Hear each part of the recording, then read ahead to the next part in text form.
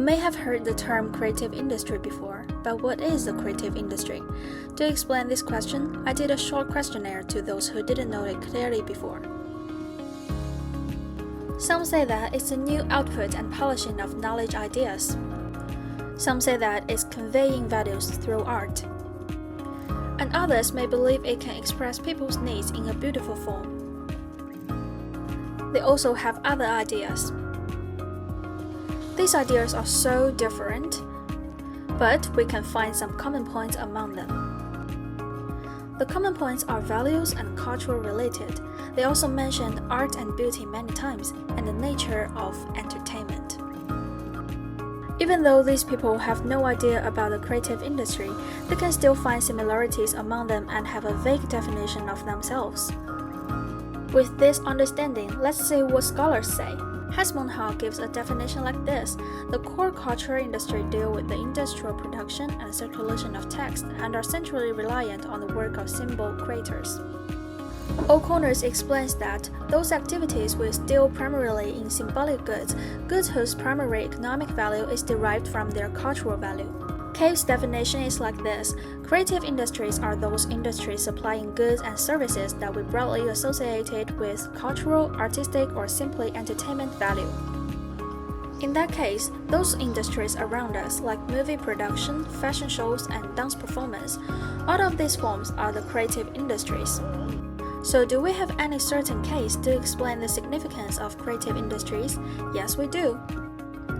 One will come to Chinese mind first is a palace museum. Chinese call it 故宫, which means past palace, and it still has another name, Forbidden City. In Chinese, it's 紫禁城.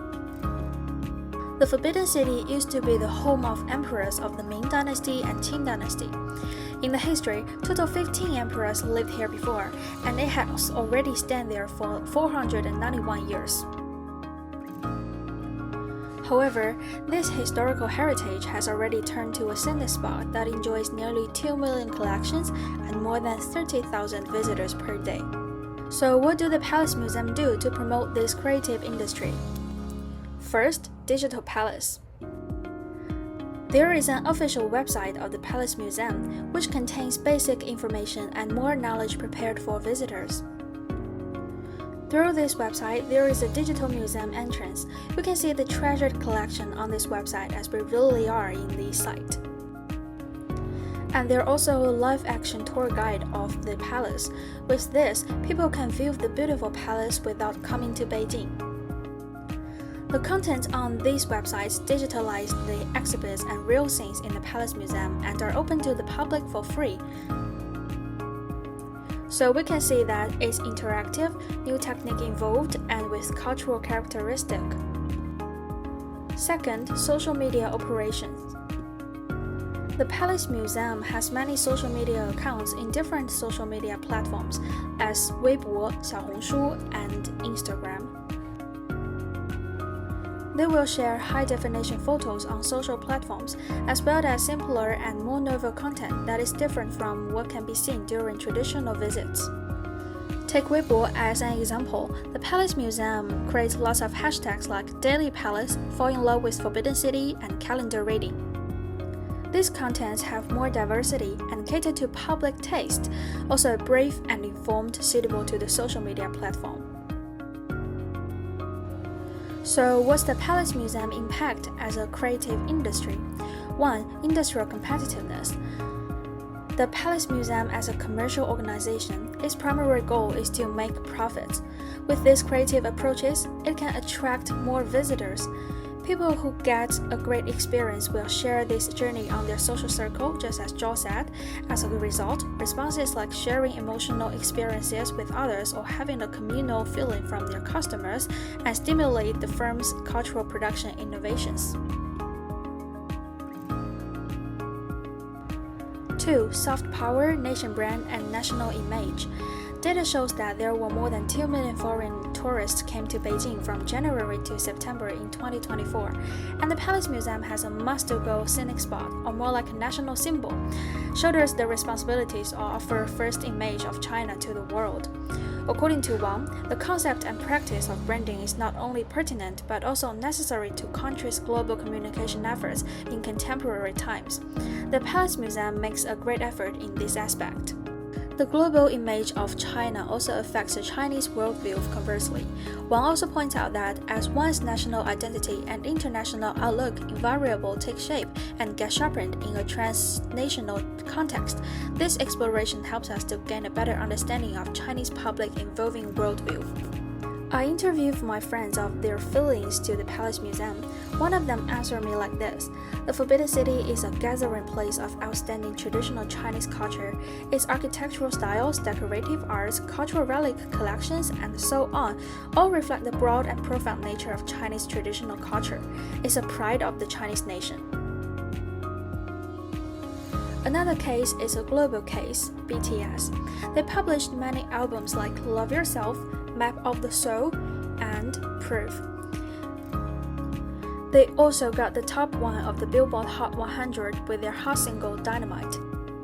So what do BTS do as a group in the music area? Firstly, diplomacy.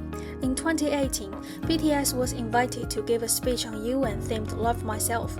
RM, their leader's speech is like this: "We have learned to love ourselves, so now I urge you to speak yourself. Tell me your story, I want to hear your voice, and I want to hear your conviction. No matter who you are, where you're from, your skin color, gender identity, speak yourself." In 2021, BTS was certificated as Special Presidential Envoy for Future Generations and Culture in Korea by President Moon. Moon said BTS has greatly raised the national dignity by enhancing the stature of K-pop and Korea culture, and I'm grateful in many ways. In 2022, BTS met President Joe Biden in the White House, discussing the problem of anti-Asian hate crimes. "We were devastated by the recent surge of hate crimes, including anti-Asian hate crimes," said Jimin during his term behind the microphone. "To put a stop on this and support the cause, we'd like to take this opportunity to voice ourselves once again." Through this diplomatic event, BTS transitioned K-pop or BTS style into a world trend. Secondly, fan culture. Their fans are called ARMY. The ARMY logo and BTS logo are similar, which means the idol and the fans are related or more like families. In members' word, it is ARMY that encouraged them to get better, so there are many songs or things prepared for their fans. Conversely, ARMY also dedicated for BTS. Fans will do charities in the name of BTS to expand their influence. For example, these Chinese fans donated 50,000 yuan to poor areas to build a primary school in 2020. This is a bridge these fans donated with his name on it.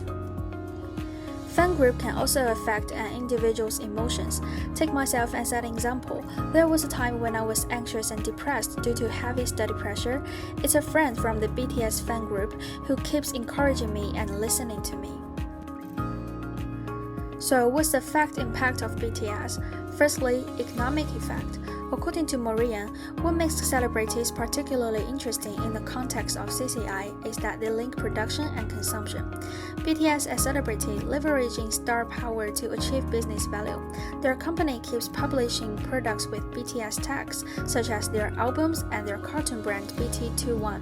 Fans will pay for the good impression of their idols, thus promoting the operation of the company. In 2021, BTS contributed $255 million in revenue to the company HYBE, accounting for more than 25%. The South Korean government points out that BTS has brought nearly 30 billion Hong Kong dollar in economic effects to South Korea. Secondly, speak up for society.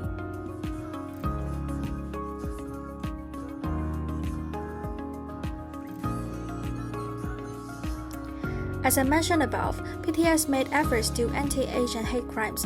Besides, they take care of impaired people by using international sign language in their song Permission to Dance. This song also conveys people's positive expectations to end the coronavirus and embrace normal life. So after these two creative industry case studies, let's move on to the conclusion and critics. CCI plays a significant role in mainland China, also the globe. It covers culture, economy, and politics. We should promote it largely. However, according to my interview, even though people from mainland China think their lives are highly related to creative industry, they think the government didn't do very well in promoting this development. The satisfied rate comes to 51% in the end. This indicates that the public didn't get a strong feeling that the creative industry was booming, so the government should do more, like offering financial support or holding more official activities. Another point is from Adorno. We should be wary of culture industry. The culture industry misuses its concern of masses in order to duplicate, reinforce, and strengthen their mentality, which is presumed as given and unchangeable. So we should promote creative industry properly.